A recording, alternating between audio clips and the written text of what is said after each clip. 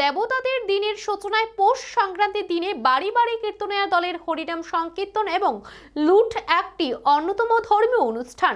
অশুভ শক্তির বিনাশে প্রার্থনা এবং পরমানন্দ লাইভ এই হরিনাম সংকীর্তনের মূল লক্ষ্য। বুধবার রাজধানী ইন্দ্রনগর কালীটিলা এলাকায় এই ছবি ধরা পড়ল আমাদের চিত্র সাংবাদিকের ক্যামেরায়।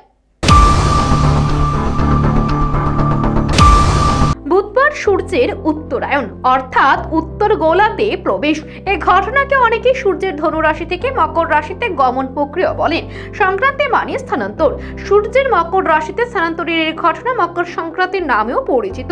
মকর সংক্রান্তি দেশের বিভিন্ন রাজ্যে বিভিন্ন নামে পালিত হয়, কিন্তু এর মূল লক্ষ্য একটাই, সূর্যদেবের আরাধনা এবং অশুভ শক্তির বিনাশের প্রার্থনা। এই দিন ঘরে ঘরে পিঠে পুলির আয়োজন করা হয়। এই পিঠে পুলি সূর্য দেবতাকে নিবেদন করা হয়। মকর সংক্রান্তি এই দিনেই আবার কীর্তনিয়া দল বাড়ি বাড়ি ঘুরে হরিনাম সংকীর্তন করেন। অশুভ শক্তির বিনাশ এবং শুভ শক্তির জয়গান করে কীর্তনিয়া দল। এই উপলক্ষে সংশ্লিষ্ট বাড়ি ঘরের পক্ষ থেকে সূর্য দেবতাকে উৎসর্গ করে লুটের আয়োজন করা হয়। বাতাসা, তিল্লাই, কদমা, কমলা লেবু এবং অন্যান্য ফল ফসরি এই লুট প্রক্রিয়ার নৈবেদ্য।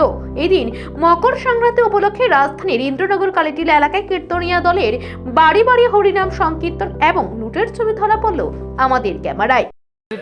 আমরা সবসময় বাইরে লুটের উপলক্ষে উত্তরা সংক্রান্তির জন্য আনন্দ হইতেছে, সবাই বাড়ি করে যায়, খুব আনন্দ পাইতেছি। সবাই আজকে আমরা ইন্দ্রনগরবাসী ছেলে মেয়ে সবাই এবং বয়স্ক মহিলা এবং বৌজিরা সবাই আনন্দে আমরা অংশগ্রহণ করছি। খুব আনন্দ লাগছে আমাদের কাছে। এই অনুষ্ঠানে কীর্তনিয়া দলের প্রতিনিধিরা জানান, মকর সংক্রান্তি এই পবিত্র দিনে অশুভ শক্তির বিনাশ এবং শুভ শক্তির উন্মেষের প্রার্থনায় তারা বাড়ি বাড়ি হরিনাম সংকীর্তন করে ঘুরে বেড়ান। এতে পরমানন্দ লাভ করেন তারা।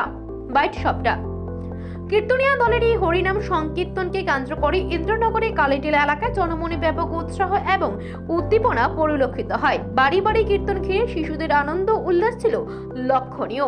Bureau report, Asian Times.